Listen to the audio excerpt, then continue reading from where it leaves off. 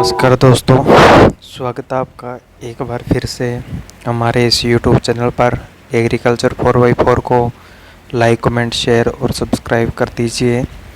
आज हम बात करेंगे कक्षा 12वीं के एग्रीकल्चर बायोलॉजी सब्जेक्ट की, जिसका फर्स्ट चैप्टर है, उसके बारे में हम आज बात करेंगे। दोस्तों शुरू करते हैं हम। लेसन नंबर फर्स्ट है वो पादप प्रजनन, परिभाषा, उद्देश्य एवं विधियाँ। हम सबसे पहले जानेंगे इसकी जो सामान्य डिफिनेशन है, इसकी परिभाषा है, इसका परिचय है, उसके बारे में हम बात करेंगे।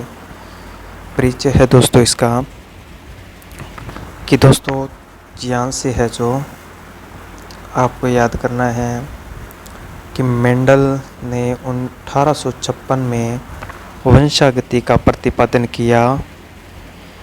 मेंडल ने बताया कि जो पादप है वो कैसे है, जो उसका वंशक्रम होता है, उसके वंशक्रम का सिद्धांत है वो मेंडल ने दिया। मेंडल के नियमों का प्रतिपादन है ये। इन नियमों की 1900 में पुनः खोज हुई। उसके बाद जीन, अन्योक्रिया, सहलगनता आदि की खोज हुई तथा यह ज्ञात हुआ कि जीन गुणसूत्रों में स्थित होते हैं। इन पादप प्रजनन के सिद्धांत एवं विधियों का उपयोग करते हुए हमारे देश में विभिन्न फसलों में अविस्मरणीय कार्य हुआ। उदाहरण गेहूं की बोनी किस्म, गन्ने का नोबलीकरण, संकर मिलेट, कपास की संकर किस्म H4 आदि। यहाँ तक है वो आपको याद करना है दोस्तों, ठीक है। यहाँ मेंडल से लेकर यहाँ से लेकर, ठीक है। उसके बाद हमारा जो नेक्स्ट टॉपिक आता है वो है इसकी परिभाषा। परिभाषा है दोस्तों वो अक्सर एग्ज़ाम में पूछी जाती है, तो आपको याद करनी है। ये जो परिभाषा है दोस्तों इसकी, ये इतनी आपको अपनी बुक में निशान लगा लेना है और ये आपको याद करनी है। परिभाषा इसकी पादप प्रजनन वह कला तथा विज्ञान है जिसके द्वारा पौधों को आर्थिक महत्व के बनाने के उद्देश्य से उनकी आनुवंशिकता में सुधार किया जाता है। फसलों के जीन प्रारूप में परिवर्तन करके उनको मानव के लिए उपयोगी बनाने की क्रिया को पादप प्रजनन यानी कि प्लांट ब्रीडिंग है वो कहते हैं। यहाँ तक आपको याद करना है, ज़्यादा कुछ याद करने की ज़रूरत नहीं है।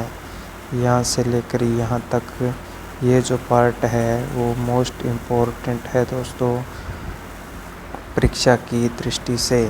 ये आपको बुक में निशान लगा लेने हैं दोस्तों। चलते हैं हम आगे के टॉपिक पर। उसके बाद है वो आता है पादप प्रजनन के उद्देश्य। उद्देश्य है वो पहला है अधिक उपज। ये इसको आप विभिन्न फसलों की स्थानीय कृषिगत किस्मों की तुलना में अधिक उपज देने वाली किस्मों का निर्माण करना पादप प्रजनन का मुख्य उद्देश्य है।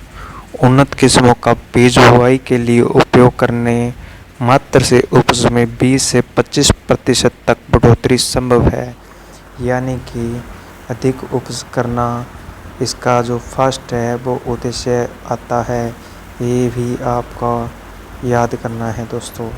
उसके बाद सेकंड नंबर जो आता है वो है उत्पादन के गुणों में सुधार करना, improvement in the quality of product. अधिक उपज के साथ साथ उत्पादक अन्य गुणों में भी उत्तम होना चाहिए। यहाँ तक है वो याद कर लेना दोस्तों इसको। उसके बाद नेक्स्ट जो आता है कीट एवं रोग प्रतिरोधी किस्मों का विकास। दोस्तों पादप प्रजनन का उद्देश्य है कि रोगों एवं कीटों से फसलों की हानि रोकने के लिए प्रतिरोधी किस्मों का उपयोग अत्यंत महत्वपूर्ण होता है। प्रतिरोधी किस्मों को उगाने से उत्पादन अधिक एवं स्थिर होता है। ये है वो आपको यहाँ तक पूरा का पूरा है वो याद करना है। ये भी इम्पोर्टेंट आता है। यहाँ से कीटों एवं रोगों से क्वेश्चन आता है बोर्ड एग्ज़ाम में यहाँ से। नेक्स्ट है दोस्तों अधिक दक्षता वाली किस्मों का विकास। Development of the varieties with increased efficiency. नई किस्मों द्वारा खाद उर्वरकों तथा सिंचाई आदि का पर्याप्त उपयोग उत्पादन क्षमता बढ़ाने में होना चाहिए। फिर 5 नंबर पे आता है जो 5वां है वह शीघ्र पकना, ईयरली मैच्योरिटी। फसलों में जल्दी पकने वाली किस्में अधिक उपयोगी होती है। धान की जल्दी पकने वाली किस्मों के कारण ही धान गेहूँ चक्र है वो संभव हो सका है। फिर है समकाल पकना, फसलें जिसमें एक साथ फसल नहीं पकने से संपूर्ण फसल की कटाई एवं बार में नहीं की जा सकती, इसलिए कुछ फसलें जैसे मूंग, उड़द आदि में एक साथ पकने वाली किस्मों का विकास अत्यंत आवश्यक है। नेक्स्ट है वो आता है आपके 7वें नंबर पे आता है वो है प्रकाश असंवेदीता, फोटो इंसेंसिटिविटी। किसी फसल को नए एवं विभिन्न जलवायु वाले क्षेत्रों में उगाने के लिए प्रकाश असंवेदित किस्मों का विकास आवश्यक होता है। फिर है वो नेक्स्ट आता है आपका प्रसुप्ति यानी कि डोरमेंसी। इसमें आपको डोरमेंसी से क्वेश्चन बहुत बार आता है, यहाँ से आपको इम्पोर्टेंट है, अपनी बुक में निशान लगा लेना है। प्रसुप्ति वाला आपको याद करना है। प्रसुप्ति क्या होती है पद प्रजनन में जानते हैं। कुछ फसलें जैसे बाजरा, ज्वार, जौ, गेहूँ आदि में प्रसुप्ति अवस्था नहीं पाई जाती, अतः पकने के समय बरसात होने पर उनके बीज बाली में ही अंकुरित हो जाते हैं। ऐसी फसलों में थोड़ी प्रसुप्ता वाली किस्मों का विकास महत्वपूर्ण है। उसके बाद है वो नेक्स्ट टॉपिक आता है नई ऋतुओं के लिए किस्में। कुछ फसलों को वर्तमान नए मौसम में उगाया जा रहा है, जैसे मक्का को खरीफ, रबी तथा जायद में भी उगाया जा रहा है। नए मौसम में अधिक उपज देने वाली किस्मों का विकास एक महत्वपूर्ण उद्देश्य है। नेक्स्ट जो हम बात करते हैं यहाँ से दोस्तों कुछ क्वेश्चन नहीं आते हैं। यहाँ से सूखा एवं लवण रोधिता, यहाँ से क्वेश्चन आता है लगभग एग्ज़ाम में, तो यहाँ से आपको जो है याद करना है सूखा एवं लवण रोधिता, ये आपको याद ज़रूर कर लेना। क्या होता है सूखा एवं लवण रोधिता? देश की अधिकांश लगभग 70% खेती असिंचित है और अधिकांश भूमि में लवणों की अधिकता है, अतः इन क्षेत्रों के लिए सूखा एवं लवण रोधी किस्मों का विकास आवश्यक है। उसके बाद 11 नंबर पे है अविषालु पदार्थों से मुक्ति। कई फसलों में कुछ अविषालु पदार्थ होते हैं, उदाहरणार्थ सरसों के तेल में मौजूद इरूसिक अम्ल मानव स्वास्थ्य के लिए हानिकारक होता है। ऐसी फसलों की उन्नत किस्मों को इन पदार्थों से मुक्त करना अत्यंत आवश्यक है। 12 नंबर पे आता है अविसरण, नॉन शैटरिंग। विसरित न होने वाली किस्मों का विकास मूंग, उड़द, सरसों जैसी फसलों में काफ़ी उपयोगी होगा। पादप प्रजनन की क्रियाएं उन्नत किस्मों के विकास से उनके बीजों के वितरण तक निम्न क्रियाएं करनी होती है। फर्स्ट नंबर पर है विविधता का उत्पादन, क्रिएशन ऑफ वेरिएशन। फसल सुधार के लिए विविधता एक मूलभूत आवश्यकता होती है। विविधता नहीं होने पर किसी भी फसल में सुधार करना असंभव होता है। विविधता निम्न प्रकार से उत्पन्न की जा सकती है। पहला तरीका है विविधता उत्पन्न करने का, वो है ग्राम्यन, डोमेस्टिकेशन। मनुष्य द्वारा ग्राम्यन का है, ग्राम्यन होता है मनुष्य द्वारा जंगली प्रजातियों को खेती करने के लिए उगाने को ग्राम्यन कहते हैं। ग्राम्यन पादप प्रजनन के इतिहास का प्रथम अवस्था होती है। यह पादप प्रजनन का सबसे महत्वपूर्ण चरण है, क्योंकि इसके बाद ही पादप प्रजातियां प्रजनन के लिए उपलब्ध हो पाती है। प्रजनन जनन द्रव्य संग्रह, जर्म प्लाज्म कलेक्शन, फसल प्रजातियों तथा उसके जंगली संबंधियों में उपस्थित आनुवंशिक द्रव्य के पूरे समूह को उस प्रजाति का जनन द्रव्य कहा जाता है। पद पुरस्थापन प्लांट इंट्रोडक्शन क्या होता है? किसी पद प्रजाति या किस्म को उस स्थान पर जहाँ पर वह पहले पाई या उगाई नहीं जाती रही हो वहाँ पर ले जाकर उस पद को उगाना पुरस्थापन कहलाता है। पद पुरस्थापन प्रजनन की एक प्राचीन और आज की अत्यंत महत्वपूर्ण विधि है। उसके बाद आता है संकरण यानी कि हाइब्रिडाइजेशन। हाइब्रिडाइजेशन क्या होता है? विभिन्न गुणों के पादपों में परस्पर संकरण की क्रिया द्वारा उन्नत किस्मों का विकास किया जाता है। उसे हाइब्रिडाइजेशन यानी कि संकरण कहा जाता है। उसके बाद नेक्स्ट आता है उत्परिवर्तन यानी कि म्यूटेशन। म्यूटेशन क्या होता है? उत्परिवर्तन क्या है? किसी जीव के किसी लक्षण में आकस्मिक एवं वंशानुगत परिवर्तन को उत्परिवर्तन कहते हैं। यहाँ से पिछले बार एग्जाम में एक क्वेश्चन आया हुआ है, ये आपको याद करना है। उसके बाद है बहुगुणिता यानी कि पॉलीप्लोइडी। पॉलीप्लोइडी यानी कि बहुगुणिता किसी स्पेसीज की कायिक कोशिकाओं में पाए जाने वाले गुणसूत्रों की संख्या 2n से भिन्न एवं अधिक होने की अवस्था को बहुगुणिता कहते हैं। आनुवंशिकी अभियांत्रिकी क्या होती है ये आपको बताते हैं। इतने में आप चैनल को सब्सक्राइब कीजिए। आनुवंशिकी अभियांत्रिकी दोस्तों है वो जैविक कारकों जैसे सूक्ष्म जीवों, जंतुओं एवं पादप कोशिकाओं के जीन संरचना में परिवर्तन करके तथा उनके अवयवों के नियंत्रित उपयोग से उपयोगी उत्पादों अथवा सेवाओं के उत्पादन को आनुवंशिकी अभियांत्रिकी कहते हैं। उसके बाद है वो सेकंड आता है चयन यानी कि सिलेक्शन। सिलेक्शन है वो दोस्तों किसी का चुनाव करना होता है, यानी कि चयन क्या होता है इसके बारे में जानते हैं। किसी फसल में उपस्थित विविधता में से अच्छी एवं उत्तम गुणों वाली लाइनों को छांटकर अलग करना ही चयन कहलाता है।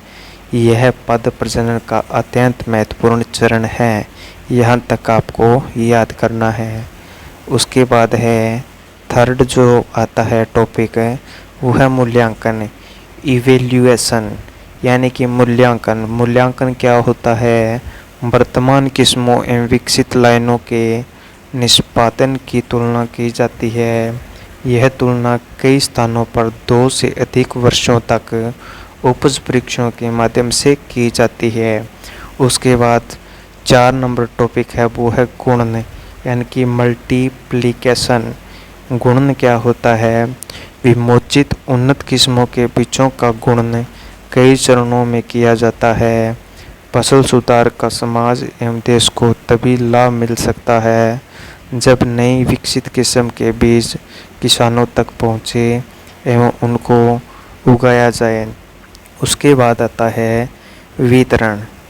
वितरण क्या होता है? उच्च गुणवत्ता वाले बीजों को किसानों तक पहुंचाने के लिए की गई क्रिया को वितरण कहते हैं। दोस्तों अच्छी क्वालिटी के बीज है वो किसानों तक पहुंचाना वितरण कहलाता है। उसके बाद आता है दोस्तों नेक्स्ट टॉपिक है वो है ग्राम्यन। ग्राम्यन क्या होता है? ग्राम्यन बहुत इम्पोर्टेंट है दोस्तों एग्ज़ाम की दृष्टि से। ग्राम्यन पिछली बार भी पूछा गया है सवाल, 2 नंबर का क्वेश्चन यहाँ से आया है पिछली बार बोर्ड एग्ज़ाम में। ग्राम्यन को आप ज़रूर याद करना इम्पोर्टेंट है, अपनी बुक में निशान लगा लेना दोस्तों। ग्राम्यन के कारण फसलों में विसरण या तो समाप्त हो गया है या बहुत ही कम हो गया है। अधिकांश फसलों में पकने की अवधि में भी कमी आई है। सभी फसलों के दानों तथा आमाप में वृद्धि हुई है। आगे आता है दोस्तों ग्राम्यन के दौरान वर्ण सिलेक्शन डरिंग डोमेस्टिकेशन। किसी भी समष्टि में विभिन्न जीन प्रारूपों वाले पौधे उपस्थित होते हैं। इनमें विभिन्नता प्राकृतिक कारकों अथवा मानव क्रियाओं के कारण उत्पन्न हो सकती है। इस आधार पर वर्ण को दो निम्नलिखित वर्गों में बांटा जा सकता है। फर्स्ट है दोस्तों, वो है प्राकृतिक वर्ण। जब वर्ण का कारण प्राकृतिक कारक जैसे जलवायु, मृदा, जैविक कारक आदि होते हैं तो इसे प्राकृतिक वर्ण कहा जाता है। सेकंड नंबर पर आता है कृत्रिम वर्ण। जब मानव द्वारा किए जाने वाले वर्ण को कृत्रिम वर्ण कहा जाता है। इसके फलस्वरूप पौधे मानव के लिए अधिक उपयोगी बन जाते हैं। आगे है दोस्तों प्राकृतिक एवं कृत्रिम वर्णों में अभिलक्षणों में अंतर। ये जो टेबल है ये आपको याद करनी है दोस्तों। उसके बाद जनन द्रव्य पादप प्रजनन का उद्देश्य फसलों के जीन प्रारूपों को रूपांतरित करके मानव के लिए और अधिक उपयोगी बनाना है। जीन प्रारूपों में वांछित परिवर्तन के लिए वांछनीय जीन पादप प्रजनकों के पास उपलब्ध होना आवश्यक है। भारत में जनन द्रव्य को एकत्रित एवं संरक्षित करना राष्ट्रीय पादप आनुवांशिक संस्था ब्यूरो NBPGR की जिम्मेदारी है। परिचय। किसी फसल की प्रजातियों एवं उनके जंगली संबंधियों में उपस्थित संपूर्ण आनुवांशिकी द्रव्य को उस प्रजाति का जनन द्रव्य कहते हैं। जनन द्रव्य को आनुवांशिकी संस्थान भी कहा जाता है। उसके बाद आता है देसी किस्मों लोकल रेसेस। देसी किस्में वह होती है जिसका विकास योजनाबद्ध तरीके से किसी प्रजनक द्वारा नहीं होता है तथा लंबे समय से किसी क्षेत्र में उगाई जाती रही है। उसके बाद आती है पुरानी अप्रचलित किस्में। पादप प्रजनक द्वारा योजनाबद्ध तरीके से विकसित की गई किस्में जो कभी खेती के लिए उपयोग में ली जाती थी। इन किस्मों को वर्तमान में देसी खेती के लिए नहीं उगाया जाता है। खेती के उपयोग में आ रही किस्में, ये किस्में उपज गुणवत्ता आदि के लिए जीनों का उत्तम स्रोत होती है।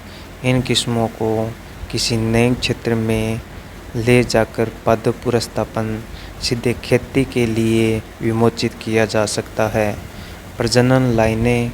प्रजनन कार्यक्रमों द्वारा विकसित लाइनें समष्टियाँ होती है। इनमें अक्सर उपयोगी जीन संयोजन पाए जाते हैं। जंगली प्रारूप एवं जंगली संबंधी। किसी फसल का जंगली प्रारूप वह जंगली प्रजाति होती है जिसकी उस फसल की सीधी उत्पत्ति हुई होती है। ये आपको इतना याद करना है। आगे आता है विशिष्ट आनुवांशिक स्टॉक।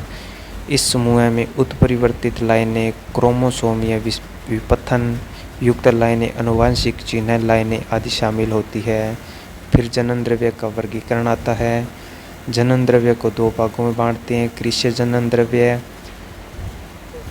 और जंगली जनन द्रव्य। कृषि जनन द्रव्य और जंगली जनन द्रव्य।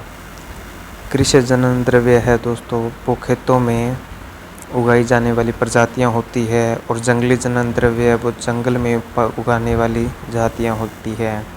उत्पत्ति स्थान के आधार पर जनन द्रव्य को दो वर्गों में बांटा जा सकता है। देसी जनन द्रव्य।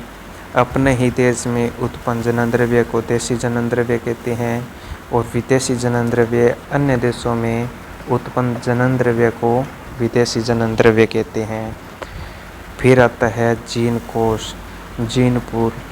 जीन कोश होता है दोस्तों उन सभी प्रजातियों या विभेदों को जिनमें आपस में संकरण होता है या हो सकता है, उनमें उपस्थित जीनों एवं उनके विकल्पियों को जीन कोश कहते हैं। आगे आता है प्राथमिक जीन कोश। Primary gene pool. प्राथमिक जीन कोष वह होता है। प्राथमिक जीन कोष के अंतर्गत वे सभी प्रजातियां आती है जिनमें सफलतापूर्वक संकरण होता है और जिनके संकर उर्वरक होते हैं। द्वितीय जीन कोष है, वो द्वितीय जीन कोष दो सदस्यों का संकरण प्राथमिक जीन कोष के सदस्यों के साथ बहुत ही कठिनाई से होता है। उसके बाद है तृतीय जीन कोष। इस समूह में उन सभी प्रजातियों को रखा जाता है जिनका प्राथमिक जीन कोष के सदस्यों के साथ संकरण बहुत कठिनाई से होता है और जिनसे प्राप्त संकरण है वो F1 पौधे बंध्य यानी कि स्टेरलाई होते हैं। आगे है जनन द्रव्य संरक्षण। जनन द्रव्य संरक्षण को ऐसी स्थिति में रखना जिससे उसके नष्ट होने की निम्नतम आशंका हो तथा उसकी प्रविष्टियों को या तो सीधे खेत में उगाया जा सके अथवा खेत में उगाने के लिए सफलतापूर्वक तैयार करने की प्रक्रिया को जनन द्रव्य संरक्षण कहा जाता है। जनन द्रव्य संरक्षण है उसकी दो विधियां हैं। स्वस्थानीय संरक्षण, जब जनन द्रव्य को उसी स्थान जिसमें वह प्राकृतिक रूप से उगता है संरक्षित किया जाता है तो उसे स्वस्थानीय जनन द्रव्य संरक्षण कहा जाता है। और बाह्य स्थान संरक्षण है वो होता है जनन द्रव्य को उसके प्राकृतिक आवास से दूर संरक्षित करना बाह्य स्थान संरक्षण कहलाता है। बाह्य स्थान संरक्षण निम्न रूप में किया जा सकता है: बीज बैंक, पादपीय क्षेत्र बैंक, प्रारोहाग्र बैंक, कोशिका एवं अंग बैंक, DNA बैंक। जनन द्रव्य संरक्षण ये दोस्तों इम्पोर्टेंट नहीं है, ये आपको याद करने की ज़रूरत नहीं है। जनन द्रव्य संरक्षण की क्रियाएं क्या है?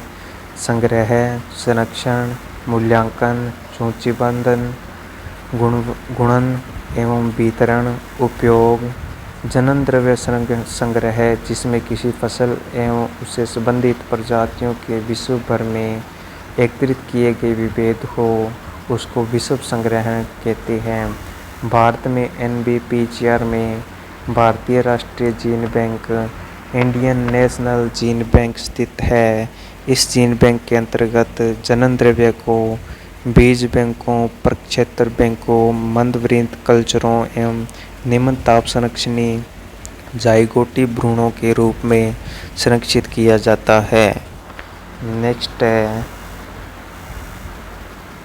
NBPGR मुख्यालय के बीज बैंक में जनन द्रव्य को आधार संग्रह के रूप में लंबी अवधि के लिए अनुरक्षित किया जाता है। नेक्स्ट है पद पुनर्स्थापन। पुनर्स्थापन के द्वारा एक ही वर्ष में अतिशीघ्र शस्य सुधार किया जा सकता है, परंतु इसके सफलता अनुकूलन पर निर्भर करती है। अनुकूलन किसी पौधे अथवा पौधों का नए परिवर्तन वातावरण में अभ्यस्त होना तथा अपने आप को वातावरण के अनुकूल बना लेना ही अनुकूलन कहलाता है। उसके बाद है पुनर्स्थापन के प्रकार। प्राथमिक पुनर्स्थापन, जब पुनर्स्थापित किस्म को बिना किसी चयन के नई किस्म के रूप में विमोचित कर खेती के लिए वितरित किया जाता है तो उसे प्राथमिक पुनर्स्थापन कहते हैं। दूसरा है द्वितीय पुनर्स्थापन, जब पुनर्स्थापन किस्मों में चयन करके या उनके किसी स्थानीय किस्म से संकरण करके नई उन्नत किस्मों का विकास किया जाता है तो उसे द्वितीय पुनर्स्थापन कहते हैं। पादप पुनर्स्थापन की प्रक्रिया, पादप पुनर्स्थापन है वो 6 क्रियाएं या चरण में होते हैं। फर्स्ट चरण है वो है अर्जन। वांछित जनन द्रव्य या किस्म को प्राप्त करने को अर्जन कहते हैं। दूसरा है संगरोध। संगरोध बाहर से आयातित बीजों तथा पादप उत्पादों का रोग, कीट एवं खरपतवारों से मुक्त होना सुनिश्चित करने की प्रक्रिया होती है, उसे संगरोध कहते हैं, यानी कि फसल को या बीजों को रोग से बचाना। थर्ड है, तीसरे नंबर पर है वो है सूचीबद्धन। ब्यूरो को प्राप्त होने वाले सभी विभेदों या प्रविष्टियों को एक क्रम संख्या से निर्दिष्ट किया जाता है। उसके साथ ही प्रत्येक प्रविष्टि की प्रजाति, किस्म, उद्गम, अनुकूलन, अभिलक्षण आदि रिकॉर्ड कर लिए जाते हैं। 4 नंबर पर है मूल्यांकन। ब्यूरो द्वारा प्राप्त सभी प्रविष्टियों को ब्यूरो के ईसापूर्व प्रक्षेत्र तथा अन्य 4 क्षेत्रों पर उगाया जाता है। इन प्रविष्टियों को उपज तथा अन्य अभिलक्षणों के लिए मूल्यांकन किया जाता है। 5वें नंबर पर है गुणन एवं वितरण।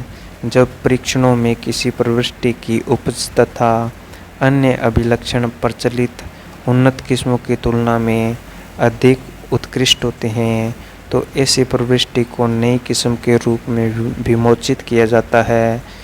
ऐसी किस्मों के बीज का उत्पादन तथा वितरण बीज निगमों द्वारा किया जाता है।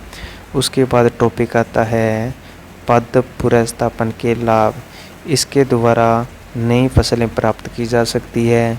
पुनर्स्थापन द्वारा बिना चयन तथा संकरण किए नई उन्नत किस्में प्राप्त की जा सकती है, जिससे समय, श्रम एवं धन की बचत होती है।